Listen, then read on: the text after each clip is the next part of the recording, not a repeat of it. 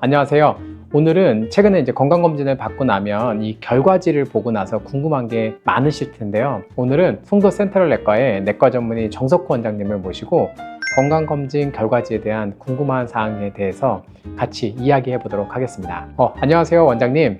안녕하세요. 소개받은 내과 전문의 정석호입니다. 오늘 이렇게 귀중한 자리에 초대해 주셔서 감사합니다. 제가 아는 만큼 모든 걸 다 알려드리도록 하겠습니다. 오늘 좋은 설명 부탁드립니다. 우선 건강검진 결과지를 받았을 때 가장 먼저 어떤 거를 확인하면 좋을까요? 건강검진 결과지에서 가장 먼저 확인할 거는 지금 이제 이렇게 화면 보시는 것처럼 제일 앞장에 지금처럼 이렇게 전체적인 결과지가 요약되어 있습니다. 여기서 정상, 비정상, 경계, 재검, 추적 관찰, 2차 검진 권고 이렇게 되어 있는데요. 이런 것들을 이제 전체적으로 보는 게 제일 중요합니다. 그래서 건강검진 결과지를 봤었을 때 첫 번째 화면이 제일 중요합니다. 여기서 정상, 비정상을 보고, 그래서 이제 정상이 어떤 거고 비정상이 어떤 건지 보고, 그 다음에 경계는 사실은 이제 나중에 다시 추적 관찰하라는 얘기가 많아서 그거는 이제 너무 크게 신경 쓰지 않으셔도 되고, 여기에서 이제 외래 진료 꼭 권고 또는 2차 상급병원 진료 권고, 이거는 주의해서 보셔야 됩니다. 그리고 이제 건강검진 결과지를 받다 보면 사람들이 이제 가장 많이 놓치는 표현들이 있는데요. 이 항목에 대해서 좀 원장님께서 설명해 주셨으면 좋겠습니다. 사람들이 가장 많이 놓치는 표현이라고 하면, 이 결과지를 봤었을 때는 이게 전산 처리를 컴퓨터가 하거든요. 컴퓨터가 하고 나면 그걸 가지고 이제 의사들이 다시 결과지를 작성을 해드리는데, 그러면 쉽게 얘기해서 어떤 검사 범위가 10에서 30까지 정상이야. 그러면 예를 들면 나는 9야.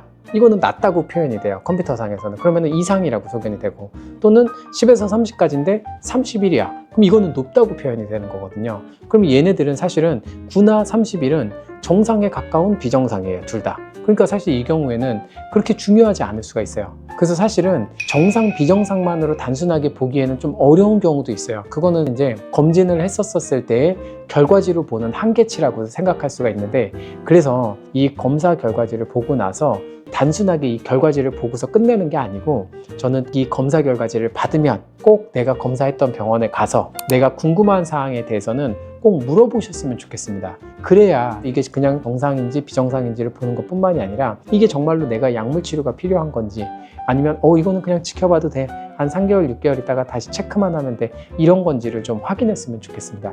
그래서 저는 꼭 말씀드리고 싶은 거는, 이 검사를 하고 나서 내 결과지를 갖고서 꼭 담당 주치의 선생님과 상의하는 습관을 꼭 가지셨으면 좋겠습니다. 저희가 이제 건강검진 결과를 받다 보면 대사질환의 위험성을 높이는 여러 가지 핵심 용어들이 있는데, 요거에 대해서도 좀 설명 부탁드립니다. 이제 대사질환에 대해서 이제 건강검진을 했었을 때 되게 많이 나오는데요. 우리나라에서 요즘에 이제 위고비나 마운자로 같은 이런 것들이 되게 유행이잖아요. 근데 이 대사증후군이라고 하는 거는 BMI도 있고 공복 혈당도 있고 허리둘레도 있고 여러 가지가 이제 복합적으로 작용을 해요. 그래서 이제 이게 건강검진을 하면 국가검진을 하든 아니면 종합검진을 하든 대부분 다 포함이 되어 있습니다. 그래서 이거를 갖고서 대사질환을 진단할 수가 있는데요. 대사질환을 진단하는 가장 큰 이유가 뭐냐면, 이 대사질환이 청소년 같은 경우에는 성인 비만이나 성인 대사질환으로 이루어지고, 성인 같은 경우에는 이거 자체가 고혈압, 당뇨, 고지혈증과 같은 심근경색, 뇌졸중 이런 문제들을 일으킬 수가 있거든요. 그래서 이러한 대사질환을 조기에 발견해서 치료하는 게 중요합니다. 네, 이번에 이제 건강검진 결과지를 보면 간이나 신장 등과 관련해서 경미라는 단어가 많이 항목에 나오는데요. 이런 경우에는 우리가 이제 어떤 거를 주의해야 되는지, 이 결과 항목에 대해서도 좀 설명 부탁드립니다. 이게 사실은 이제 검사했었을 때 제일 많이 나올 거예요, 아마. 그래서 이거 제일 많이 물어보시는 내용인데, AST, ALT가 실제로 우리가 이제 피곤하거나 컨디션이 안 좋거나 지방간, 음주, 약물, 간염 이러한 여러 가지와 관련된 수치인데요. 사실은 이 수치가 조금 올라가는 경우에는 약물 치료가 할 필요는 없으세요. 근데 제가 서두에 말씀드렸던 것처럼 이 결과지에서는 얘가 얼마 이상 높으면 그냥 다 높음이야. 그래서 사실은 이 경우에도 보고서 간질환 이상 가까운 병원 방문하세요 이렇게 해서 왔는데, 실제로 병원에 오니까 선생님이 이건 약물 치료가 필요 없어요, 그런 경우가 있거든요. 그래서 이 경미한 AST, ALT 상승은 환자분들께서 파악하기는 어렵고, 이것도 이제 아까 제가 말씀드렸던 것처럼 가까운 병원에 방문해서 내가 검사했던 거를 봐야 선생님들께서 이거는 조금 높은데 크게 문제가 되지 않아요, 그렇게 얘기할 수 있는 겁니다. 그 다음에 이제 지방간, 이거는 보통 이제 초음파를 했었을 때 많이 볼 수가 있는데요. 우리나라도 비알코올성 지방간 유병률이 거의 30% 수준으로 보고될 정도로 많이 흔하게 일어납니다. 그 복부 초음파를 하고 나면 지방간이라고 이렇게 나오는데요. 이제 요거는 어떻게 보시면 좋냐면 지방간은 크게 세 가지로 나눕니다. 첫 번째, 경미, 중증, 심한 거 이렇게 세 가지로 나옵니다. 마일드, 모더레이트, 시비어라고 하는데 얘네들은 시비어만 아니면 마일드, 모더레이트 같은 경우에는 운동하고 식사 조절을 열심히 해서 체중을 감소시킨다면 얘네들은 다시 정상으로 돌아올 수가 있습니다. 그래서 지방간 같은 경우에는 이런 간에 좋은 약을 먹는 게 아니고 엄격하게 운동하고 식사 조절을 해서 다이어트, 다시 말해서 체중 감량이 된다면 이 지방간 문제는 해결할 수가 있습니다. 다음으로 이제 신장 손상, 이것도 굉장히 많이 나오는데요. 이거는 두 가지에서 볼 수가 있습니다. 첫 번째, 혈액 검사에서 크레아틴, 콩팥 수치가 이제 떨어진 경우나 또는 소변 검사를 했었을 때 단백뇨가 나왔었을 때 이 경우에 이제 그 신장 손상 이렇게 해서 이제 결과가 나오는 경우가 있습니다. 이 같은 경우에도 신장이 이상하다고 진단되거나 그런 경우는 생각보다 드물어요. 그래서 이제 요거 같은 경우는 조금 신장 기능이 떨어진다고 생각됐었을 때는 3개월 정도 있다가 소변 검사나 혈액 검사로 재검을 하거나 아니면 저희가 생각했었을 때도 너무 높다고 생각이 됐었을 때는 초음파나 아니면 정밀 검사를 통해서 다시 체크할 수가 있습니다. 그래서 오늘 제가 말씀드렸던 간 기능이나 콩팥 기능이나 지방간 이런 거에서 경미라는 단어는 일반인들이 보기에는 조금 어려울 수도 있습니다. 그래서 꼭 결과지를 보고 나서 내가 검사했던 병원에 가서 확인을 한번 해보시는 게 저는 좋다고 생각합니다. 그리고 초음파나 영상 검사에서 자주 보이지만 위험 신호가 될 수 있는 용어들도 많을 텐데요. 여기서는 또 어떤 거를 저희가 좀 주의 깊게 봐야 될까요?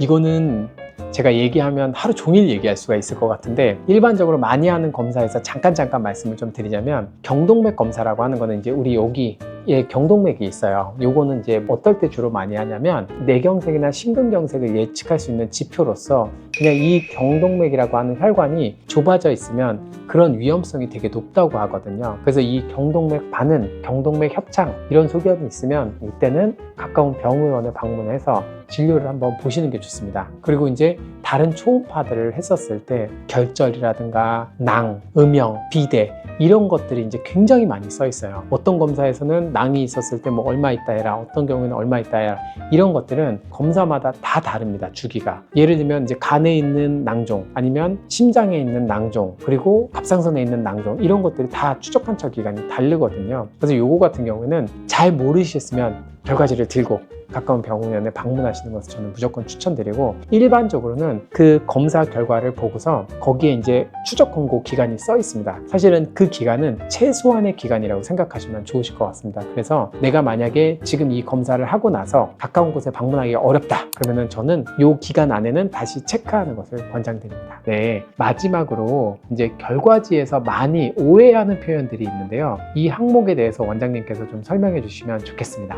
저희는 정말 열심히 결과지를 작성해서 보내드리는데 이 환자분들이 오해를 하고 오는 경우가 많습니다. 근데 그거는 직접 설명을 안 하니까 그럴 수가 있는데요. 일반적으로 추적 관찰 필요, 이거는 정상이 아닌데 아주 지금 당장 어떤 손을 대거나 그럴 필요는 없기 때문에 나중에 다시 한번 봤으면 좋겠어요 이런 얘기고요. 재검을 권고한다, 이거 같은 경우에는 검사가 오차가 날 가능성을 포함해서 요거는 좀 다시 해봤으면 좋겠어요 그런 의미로 좀 받아들였으면 좋겠고, 그리고 이제 환자분들이 제일 답답해하는 게 의심, 가능성, 이게 이제 되게 많거든요. 저도 의사긴 하지만 실제로 검사를 해서 단정적으로 너 이거야 라고 얘기할 수 있는 경우는 별로 없어요. 그래서 사실은 의심 가능성이라는 표현을 좀 많이 쓸 수밖에 없습니다. 확정은 아니지만 확정을 하기 위한 검사로 넘어가거나 아니면 이런 가능성이 높기 때문에 추가적인 검사가 필요해, 이런 얘기를 하는 겁니다. 그 다음에 이제 판독 제한 아니면 판독 불가능, 불충분하다, 이거는 다시 해야 된다는 뜻입니다. 이거는 뭐 이제 환자가 잘못된 경우도 있고